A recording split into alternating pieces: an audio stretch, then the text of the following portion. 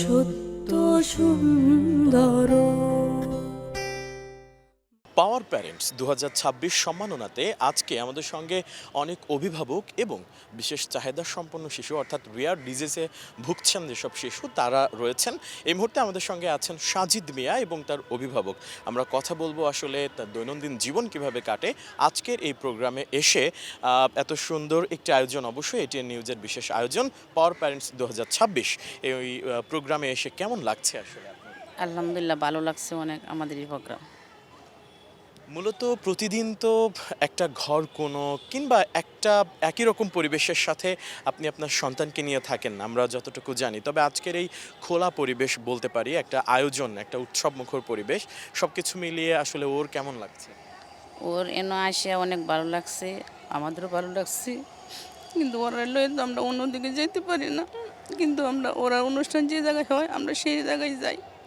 কারণ ওরা লয়ে কোনো অনুষ্ঠানে গেলে আমার মানুষে পছন্দ করে না, তো এই কারণে ওরা অনুষ্ঠান যে জায়গায় আমরা সেই জায়গায় ওদেরকে নিয়ে যাই। কারণ ওরা ওরা ওরা জায়গায় গেলে, ওরা অনুষ্ঠানে গেলে ওরা সবাই বোঝে যে এরা অটিজম, ওরা একটু দুষ্টমি করে, ওরা অনেক কান্না করে হাইপার হয়ে যায়, তখন ওরা মাইনে নেয়।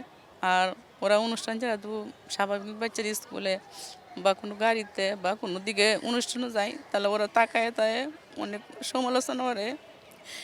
মানে আমাদের মনে দুঃখ লাগে অনেক সময়। এই কারণে অনেক সময় যাইতে চাই, ওদেরকে নিয়ে দেখাইতে চাই, ঘুরতে চাই, কিন্তু অনেক সময় যাই না, কারণ মানুষে অনেক কথাবার্তা বলে খারাপ, কষ্ট লাগে দেখে যাই না।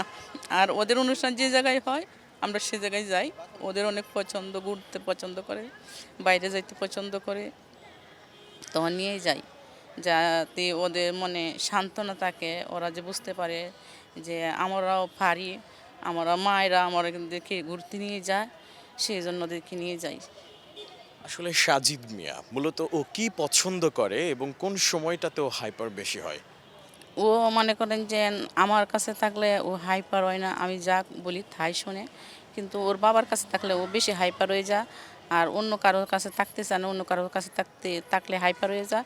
কারণ ওর বাসা, ওর মুখের ও সব আমার বাবার বাড়ি কিশোরগঞ্জ, আমার বাসা ও সব শিখে ফেলছে। কারণ ওরে আমি সব শিক্ষা দিচ্ছি, তো আগে ও কিছু বুঝতো না, এই কারণে ও আমি যা বলি ও তাই শোনে। আর অন্য ওর বাবা বা ওর চাচি বা ওরা আত্মীয় স্বজন কিছু বললে ও হাইপার হয়ে যায়। ওর কথা ওরা কারো কথা ও শুনে না। কিন্তু এই মা, মা বলতে পৃথিবীর সবচাইতে মূল্যবান সম্পদ। আমরা জানি মায়ের মতো এই পৃথিবীতে কেউ হয় না। একটা সন্তানকে দেখভাল করা থেকে শুরু করে একটা সন্তানের মন বোঝা একমাত্র মাই বোঝে। সেই মা আপনি, এই একটা সময় হয়তো বা আমরা পৃথিবী থেকে সবাই চলে যাব, আপনি যখন পৃথিবী থেকে চলে যাবেন বা থাকবেন না, তখন আপনার সন্তানের কি হবে? এটা আল্লাহ পাকের ইচ্ছা। যেহেতু আমারও একটা সন্তান আছে আমার দেশে, আর ওদের যখন ওর বাবার কাছে আমার বিয়ে হয়েছে, ও যে অটিজম আমরা জানতাম না বা আমিও জানতাম না। কিন্তু ওর বাবা বলছে যে ওর বাবা বলছে বিয়ের সময় যে ও কথা বলতে পারে না। তখন আমি জানতাম যে কথা না বলতে পারলে তো অনেক বাচ্চারা অনেক কিছু বুঝে বা কথা শুনে বা কথা বলতে পারে না।